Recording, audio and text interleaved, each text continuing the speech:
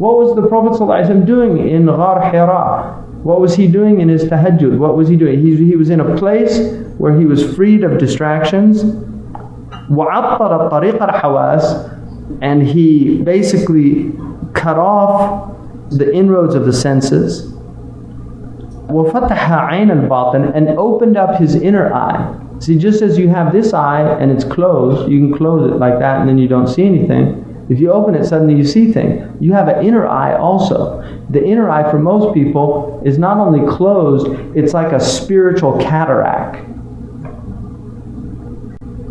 It doesn't have access. It's literally blinded by the veils of wrong action, by the veils of ignorance, by the veils of desire.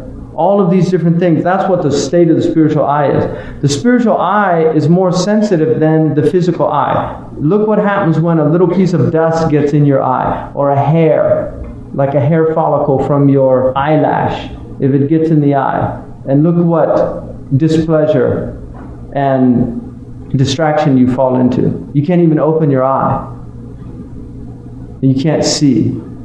The spiritual eye is more sensitive than the outward eye. And the spiritual eye, if you open it up, and look what we fill our sensory eyes with that are all inroads to the spiritual eye.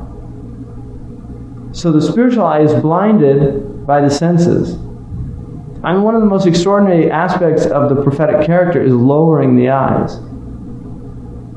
Even when the Prophet walked, he said one of the adabs of the road is ghadd al-basar. When you're on the road. Now what about all these forms that we take in? What about all the images? If you live in North America, the average person takes in over 3,000 advertisements a day. 3,000 advertisements a day. So the modern world is just completely spiritually blinding people. That's what it's doing. The modern world is like a spike being driven through the spiritual eye of man. And that's why we're blind. As a species, we've become blind. We don't even know there's a spiritual world because we don't have access to it anymore.